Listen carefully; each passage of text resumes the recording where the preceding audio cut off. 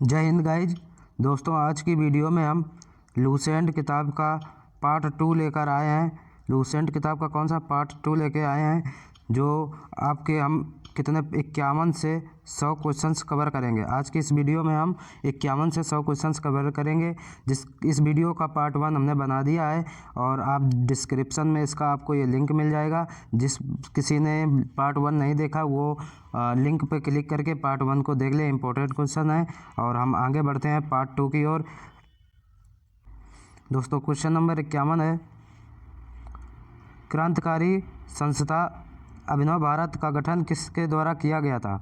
आपको बताना है कि जो अभिनव भारत का गठन किसके द्वारा किया गया था, तो वीर सावरकर के द्वारा दोस्तों अभिनव भारत का गठन किया गया था, ये आपको याद रखना है। नेक्स्ट है कि ऑप्टिकल फाइबर किस सिद्धांत पर कार्य करता है। जो ऑप्टिकल फाइबर होता है फ्रेंड, ये पूर्ण आंतरिक परावर्तन के सिद्धांत पर कार्य करता है। नेक्स्ट है, पहला कार्बन निगेटिव देश कौन सा है। आपको बताना पहला जो कार्बन निगेटिव देश है वो कौन सा है, भूटान बन गया है। नेक्स्ट है, भोलू हाथी किसका शुभंकर। आपको बताना जो भोलू हाथी है ना, ये किसका शुभंकर है, तो भारतीय रेलवे का शुभंकर भोलू हाथी है, ये आपको याद रखना है। नेक्स्ट क्वेश्चन है फ्रेंड,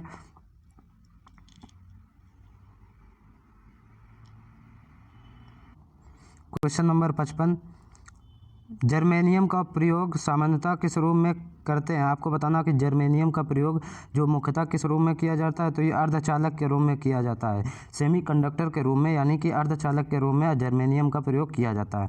नेक्स्ट है, लाला लाजपत राय कहाँ के निवासी थे। आपको बताना है कि जो लाला लाजपत राय थे कहाँ के निवासी थे, ये पंजाब के निवासी थे, ये आपको याद रखना है। नेक्स्ट है फ्रेंड, MS वर्ड एप्लीकेशन क्या है। यह एक प्रकार का क्या होता है, सॉफ्टवेयर जो होता है। MS वर्ड एप्लीकेशन एक प्रकार का सॉफ्टवेयर होता है। अकबर का निवास स्थान कहाँ है। आपको बताना है कि अकबर का निवास स्थान कहाँ, आगरा में है। कहाँ है, आगरा में है। आगे बढ़ते हैं फ्रेंड, तीरंदाजी किस देश का राष्ट्रीय खेल है। आपको बताना है कि जो तीरंदाजी है किस देश का राष्ट्रीय खेल है, तो भूटान देश का जो राष्ट्रीय खेल है फ्रेंड वो क्या है, तीरंदाजी, ये आपको याद रखना है। क्वेश्चन नंबर 60 है, मिशन रफ्तार परियोजना किस से संबंधित है। जो मिशन रफ्तार परियोजना है फ्रेंड, ये रेल यातायात से संबंधित है। किससे, रेल यातायात से संबंधित है।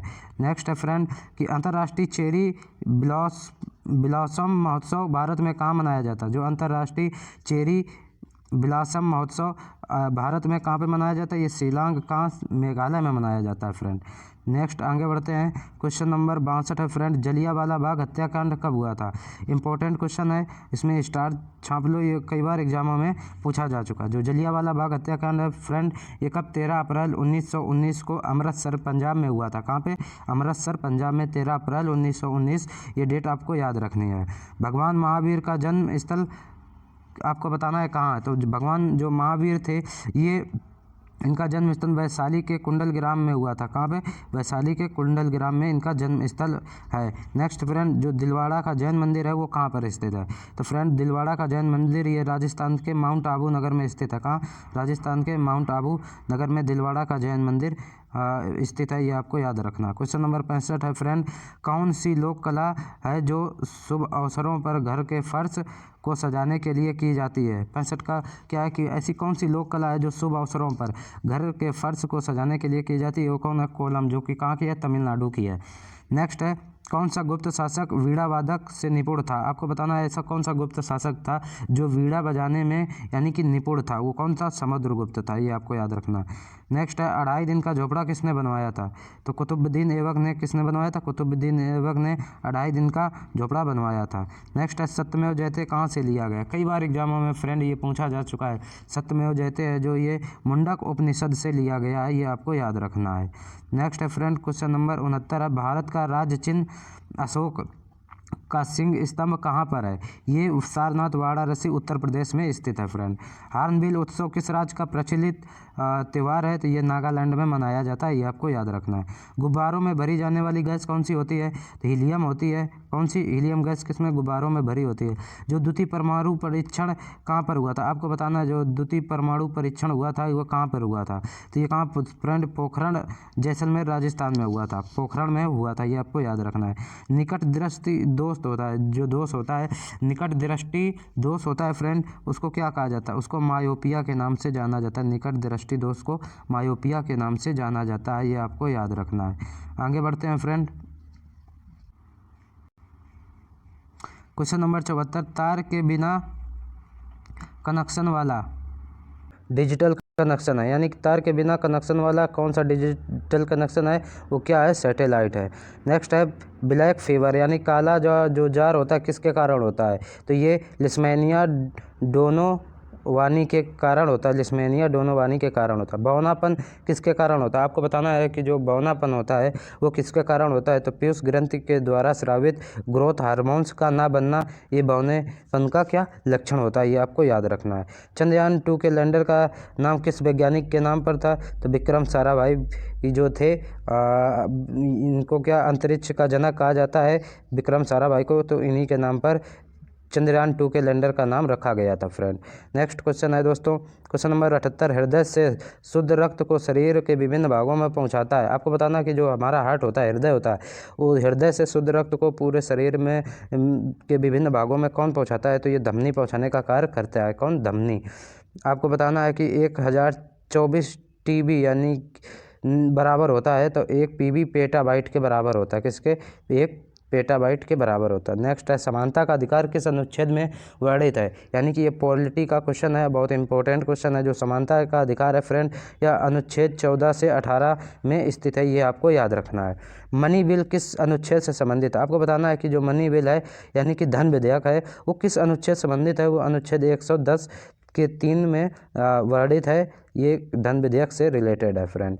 नेक्स्ट है लोकसभा और राज्यसभा की संयुक्त बैठक किस अनुच्छेद के अंतर्गत है, तो अनुच्छेद 108 के अंतर्गत लोकसभा और राज्यसभा की जो संयुक्त बैठक है वो अनुच्छेद 108 के अंतर्गत आती है। और जो लोकसभा और राज्यसभा की संयुक्त बैठक है फ्रेंड, इस ज्वाइंट मीटिंग को कौन बुलाता है, तो भारत का राष्ट्रपति बुलाता है। और इसकी अध्यक्षता कौन करता है, तो लोकसभा का जो अध्यक्ष होता है, लोकसभा स्पीकर होता है, वो इसकी किसकी, लोकसभा और राज्यसभा की जो ज्वाइंट मीटिंग होती है उसकी अध्यक्षता करता है, ये आपको याद रखना है। नेक्स्ट है फ्रेंड कि कैबिनेट मंत्री की शपथ ग्रहण किस अनुसूची में वर्णित है, जो कैबिनेट मंत्री होते हैं उनके शपथ ग्रहण जो होता है वो किस अनुसूची में वर्णित है, वो 3री अनुसूची में वर्णित, ये आपको याद रखना है। नेक्स्ट है फ्रेंड 84 नंबर क्वेश्चन, हमारा संविधान कब लागू हुआ था, आपको बताना कि जो हमारा संविधान था ये लागू कब हुआ था, तो फ्रेंड 26 जनवरी 1950 को हमारा संविधान लागू हुआ था, ये आपको याद रखना। इस दिन को हम किस रूप में मनाते हैं, तो इस दिन को हम गणतंत्र दिवस के रूप में प्रतिवर्ष मनाते हैं। राष्ट्रपति को शपथ कौन दिलाता है, आपको बताना है कि जो राष्ट्रपति, भारत का राष्ट्रपति होता है, उसको शपथ कौन दिलाता है, तो फ्रेंड सर्वोच्च न्यायालय के जो मुख्य न्यायाधीश होते हैं वो भारत के राष्ट्रपति को शपथ दिलाते हैं, ये आपको याद रखना है।